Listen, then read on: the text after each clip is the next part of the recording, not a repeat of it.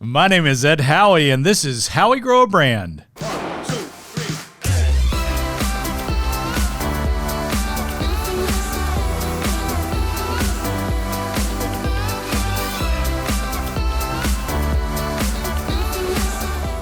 If you like what you learned from this video, help us promote this channel by clicking the like button below and subscribing to our channel, Howie Grow a Brand. Ready to go? Let's get into today's chat. All right, so let me tell you, I love revenue. I do, because to me, revenue is like it's like the scorecard, if you will, that someone valued so much what me and my team are delivering to them that they're willing to give us some of their resources in exchange for what we've done. So, it's pretty easy to get excited about checks in the mail. And, because as entrepreneurs, really it is about cash flow. It is about ensuring that there's more coming in than that's going out. And I don't know about you, but I would guess that of the top three things that we as entrepreneurs have constant in our mind, it is cash flow. And the cash flow starts with revenue, with sales. And it's easy to be excited. It's easy to be joyful about that. When I first started B2I Creative, our strategic marketing and branding firm, almost 19 years ago, which is incredibly incredible because to still be in business 19 years later and to be growing, that is not an easy task, as we all know, right? And so when I started the company, my business plan for the first launch of the company was literally taking what I was making at HEB, dividing it by 12 months, and then figuring out what I thought the value of what I could do for a client would be based on consulting services, which is how we started. And then taking that number and figuring out what did I feel like was the most affordable price point for an entrepreneur to engage me in. And then how many clients and brands would I need to serve immediately to be able to initially just replace my salary from my corporate job. And so my focus really at first point was not on output, on outflows. It was on inflows, and it was on revenue. And it was basically fostering enough relationships to where we had an agreement of services to where I had revenue coming in. And I would say to this day, I am not as honestly as disciplined with it as I was before. When I first started, I was receiving the check. I was writing out the handwritten deposit slip. So for those of you, under the age of 35, you used to actually have to write a deposit slip and take it to the bank and see a teller. And you couldn't even deposit checks in an ATM. When I first started, you had to go through the drive-through to make that happen or go into the branch. And I had a pattern, and wow, as I'm sharing this, I'm kind of thinking I need to reset my gratitude. But literally every time I would go into the drive-thru or hand the check over to the teller, in my head I said, "Thank you, Father." It was literally just gratitude. It was literally, "Thank you, Father, that someone sees worth in me to give us cash for what me and my team of brains were doing for them."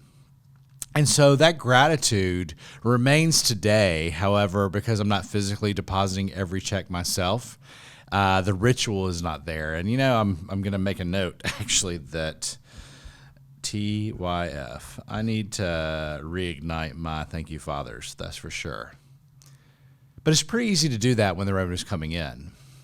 I was at an event about 6-7 weeks ago in Orlando, Florida. It was one of the first live events returned to with C12, which is an organization of faith-led business leaders throughout the country. I'm on a C12 table or forum where me and 11 other business leaders come together once a month and really are committed to encouraging, supporting, and challenging each other into better stewardship.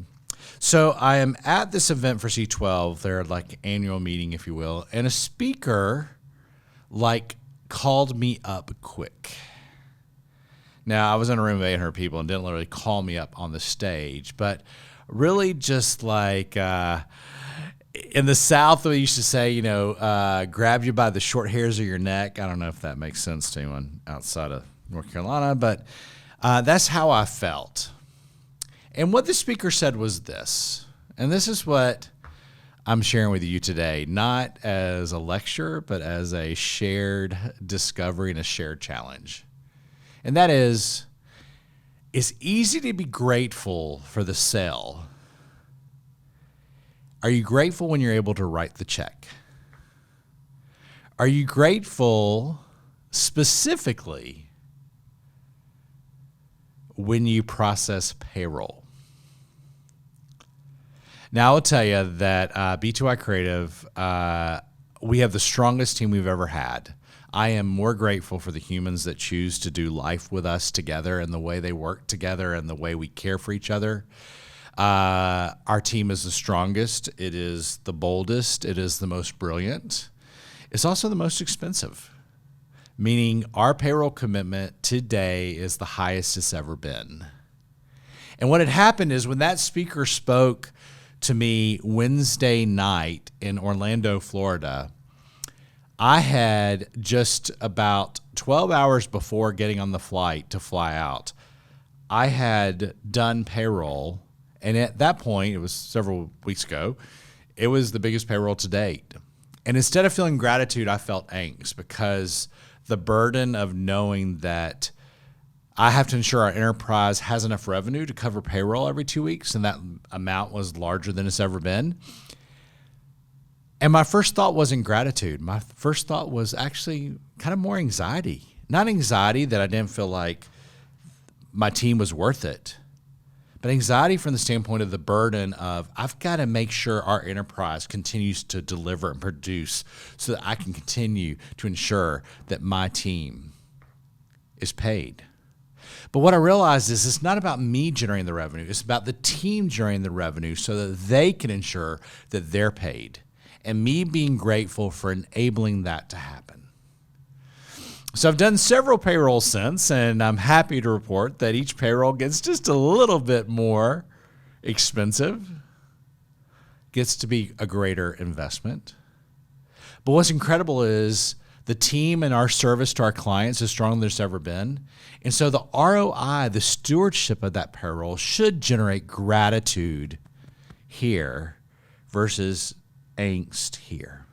So there's three things that I just had to look at and go, okay, if I'm going to thank you, Father, if you will, every time we write a check, every time we process payroll, every time we pay a bill, pay a vendor, pay a partner, then I need to do three things more deliberately. And this is this. First, mindset. My mindset has to be a gratitude for the fact that I have this relationship, our enterprise has this relationship with individuals that we get to give them money, just like I want our clients, our customers to feel happy about writing the check to us. I want to pay it forward, literally and figuratively. So first is mindset. Second is I need to be thankful that I'm honoring the commitment I made to my team. I'm honoring the commitment my team made to each other, that we are going to do our work so well that we ensure that we all get paid. It's not just about me owning that responsibility. It's about our entire team owning that responsibility. And I need to do a better job, frankly, reminding, challenging, encouraging, and celebrating our team that we all have a collective responsibility to honor the commitment we've made to each other, which is doing our best job, being our most brilliant self to ensure that we all get paid. It's not just about me. It is about us. It is about you and your team. It's not just about you. The burden for cash flow, the burden for revenue, the burden to pay your people is a responsibility, accountability of the entire enterprise. And the better we help everyone on our team understand that, the stronger we'll be.